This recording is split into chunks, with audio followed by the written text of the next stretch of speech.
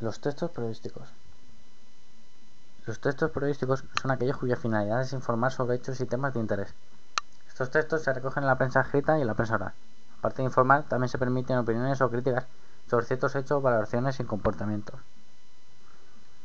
El proceso de comunicación periodística es unilateral, ya que no se establece un diálogo directo entre el emisor y los receptores. El emisor de un texto informativo puede ser variado: un periodista, una empresa, un colaborador, o incluso el mismo receptor, siendo este cualquier individuo que reciba la información. La intención principal es informativa y se fundamenta en la función representativa del lenguaje, aunque en ocasiones también tenga una intención ideológica a través de la función apelativa. El uso que hacen de la lengua los medios de comunicación se basa además en la función poética. El lenguaje periodístico busca un estilo directo para ser accesible al mayor número posible de receptores, por lo que emplea párrafos breves y una sintaxis sencilla. Según la lengua utilizada, los textos periodísticos contienen elementos lingüísticos o elementos no lingüísticos. Dentro de los elementos lingüísticos tenemos los rasgos léxicos, que se caracterizan por un empleo de un registro estándar de uso general, aunque en ocasiones admiten también un lenguaje más técnico para secciones especializadas. Predomina la denotación para evitar ambigüedades, por uso de tecnicismos, préstamos, siglas, acrónimos y eufemismos. También tenemos los rasgos morfológicos y sintácticos, que son caracterizados por la utilización de estructuras apositivas, uso de pretérito perfecto e imperfecto, así como de condicional, locuciones verbales, construcciones en voz pasiva, por el empleo de estructuras sin verbo y por la reproducción de citas textuales en estilo directo. Los elementos no lingüísticos en los medios de comunicación desempeñan de igual manera una función fundamental en la presentación de la información. Configuran el código iconográfico. Se trata de gráficos, imágenes, fotografías, caricaturas, en prensa escrita y televisión y algunos recursos sonoros en radio. La tipografía utilizada, negrita, cursiva, tamaño de las fuentes, sirve para destacar los aspectos más importantes de un texto periodístico y es también un elemento del código iconográfico, al igual que la distribución de los contenidos. Por ejemplo, la primera y la última página tienen mayor relevancia, pues presentan la información más importante. Podemos clasificar los textos periodísticos en géneros informativos y géneros de opinión.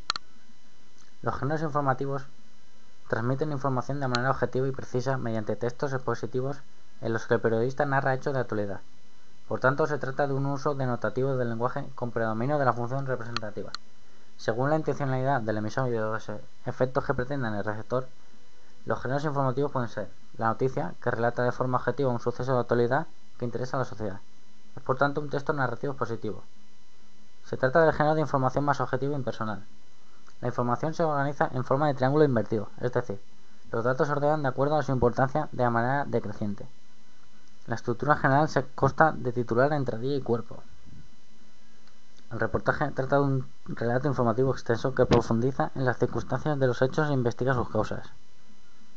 La crónica interpreta los hechos que narra porque generalmente ha sido testigo de ellos. Parte de una noticia y la emplea evaluando los acontecimientos, con lo cual imprime subjetividad al texto. Frente a la objetividad de los géneros de información, tenemos los géneros de opinión, donde el emisor informa igualmente de unos acontecimientos, pero aportando su punto de vista. En estos géneros se emplea una tipología expositiva argumentativa, y el uso del lenguaje se acerca más a lo literario, donde tenemos el editorial, que expresa la opinión del periódico sobre temas de actualidad, manifestando una ideología concreta. La entrevista, que reproduce el diálogo entre un periodista y un personaje de interés público. Su estructura consta de introducción, en la que se presenta la persona entrevistada, cuerpo, que consiste en transcribir las preguntas y respuestas, y una conclusión con los comentarios del periodista. El artículo, donde el periodista ofrece desde su propia ideología su opinión sobre un tema de interés. Suelen firmar los personajes reconocidos por el lector y que muestran su propia ideología. La columna, que ocupa una sección fija dentro del periódico y se reconoce fácilmente por su distribución en forma de columna. Y por último, la crítica, que expone una valoración por parte de un autor especializado en la materia. Puede ser política, social, de arte, teatral, cinematográfica, literaria.